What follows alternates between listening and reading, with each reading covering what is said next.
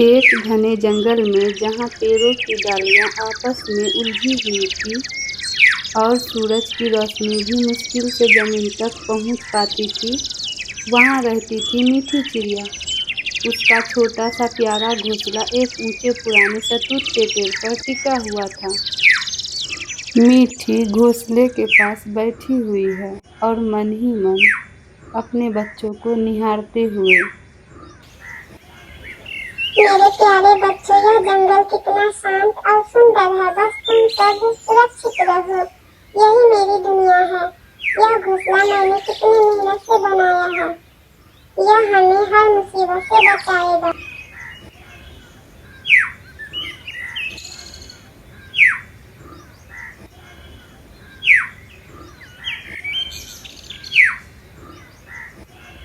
लेकिन उस दिन जंगल की शांति ज्यादा देर टिकने वाली नहीं थी। दोपहर ढलते ही आसमान का रंग बदलने लगा।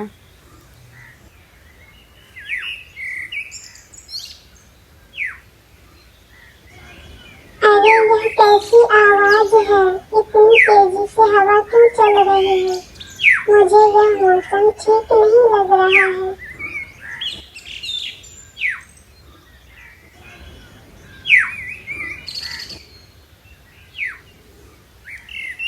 पलक झपकते ही तेज हवा के साथ बारिश होना शुरू हो गई। हवा का हर एक झोंका इतना तेज था जो पेड़ों से लड़ रहा हो। मीठी ने अपने पंखों से बच्चों को कसकर छुपा लिया। मीठी चिड़िया डरते हुए अपने बच्चों से कहती है, डरो मत मेरे लाडलो, मैं हूँ ना तुम्हारे पास। यह बस थोड़ी देर की बात है। हवा का एक जबरदस्त जानलेवा झोंका आता है और फिर वही हुआ जिसका डर था। हवा की ताकत के सामने घोंसला टिक नहीं पाया और मीठी चिड़िया का घोंसला जमीन पर गिर गया। अरे मेरा घोंसला, मेरा बच्चा, चुप कर जाओ मेरे बच्चे, चुप कर जाओ। मैं हूँ ना, चुप कर जाओ मेरे प्यारे बच्चे। मीठी का दिल डूब गया। वह कांपते हुए नीचे जमीन पर उतरी।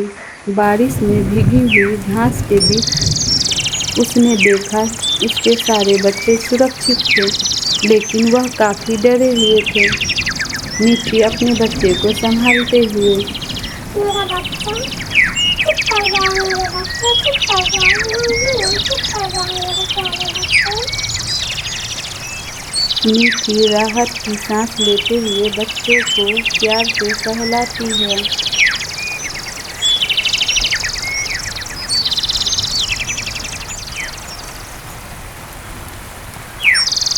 शुक्र है तुम सब ठीक हो, पर अब क्या? इस बारिश और अंधेरे में नया घोंसला कैसे बनाऊंगी? मीठी को याद आया, पास की बेलों के बीच एक और चिड़िया रहती थी जो बहुत समझदार थी। उसका नाम था टोनी। मुझे मदद मांगनी होगी। मैं यह अकेले नहीं कर सकती। मुझे टोनी के पास जाना होगा। वह जरूर मेरी मदद करेगी। फिर मीठी चिड़िया टोनी चिड़िया से मदद लेने के लिए बारिश में भीगते हुए उड़कर टोनी के सुरक्षित घोंसले की तरफ जाती है, जहाँ टोनी चिड़िया का घोंसला एक सतूत के दूसरे वाली बेल की तरफ था। ओ मेरी प्यारी दोस्त टोनी, दरवाजा खोलो। बारिश के कारण मेरा घोंसला उड़ गया है। मेरे बच्चे बारिश में भीग रहे हैं। प्लीज दरवाजा खोलो। क्या आज तुम हमें अपने घोंसले में रहने दोगे? दरवाजा खोलो। ओ मेरी प्यारी दोस्त टोनी, दरवाजा खोलो। मैं तुम्हारे गेट पे खड़ी हुई हूँ। दरवाजा खोलो। मेरे बच्चे बारिश में पूरी तरह से भीग रहे हैं। दरवाजा खोलो। और टोनी चिड़िया दरवाज़ा खोल देती है। टोनी बहुत ही मीठी चिड़िया थी, बिल्कुल मीठी के तरह। अरे मेरी प्यारी बहन मीठी, तुम इस तूफान में पूरी तरह से भीग गई हो। क्या हुआ तुम्हें? बच्चे सब कहाँ हैं?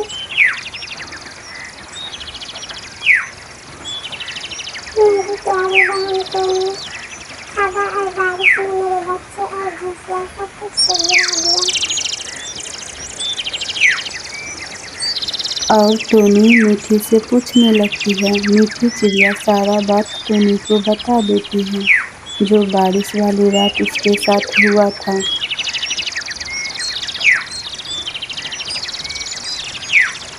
अरे मीठी बहन, यह तो बहुत बुरा हुआ, पर घबराओ मत मीठी, तुम अकेली नहीं हो, मैं हूँ तुम्हारे साथ।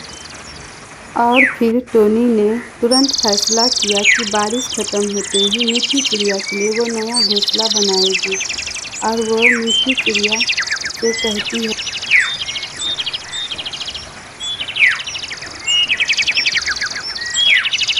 मीठी बहन, तुम जल्दी से जाके बच्चे को ले आओ, मैं जब तक कुछ फल लाने जा रही हूँ बच्चे के लिए।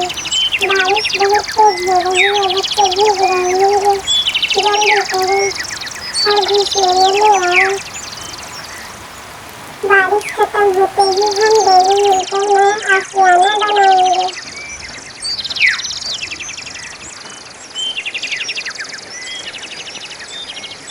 आसमान में काले बादल छाए हुए हैं, बारिश रुकने का नाम ही नहीं ले रहा। मीठी चिड़िया अपने बच्चे को इतनी तेज बारिश में लाने जाती है, क्योंकि टोनी ने जो उसे अपना घोंसला दिया था।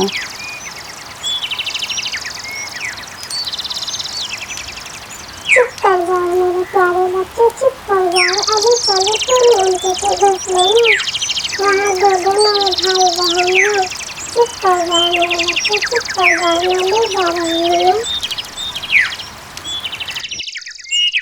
मीठी चिड़िया टोनी के घोंसले में अपने बच्चों को लेकर आ जाती है। मीठी बच्चों को नए ठिकाने में रखते हुए, यह लो मेरे बच्चे, अब तुम सुरक्षित हो। टोनी तुम्हारा बहुत बहुत धन्यवाद, तुमने मेरे बच्चों की जान बचाई। और टोनी खुश होकर कहती है मीठी से, हम सब एक जंगल के परिवार हैं मीठी, दोस्ती इसी के लिए होती है। अब कल सुबह जब बारिश रुकेगी तो हम दोनों मिलकर एक ऐसा घोंसला बनाएंगे जो हवा का झोंका उसे तोड़ न पाएगा, और हमारा घोंसला कभी जमीन के नीचे नहीं गिरेगा।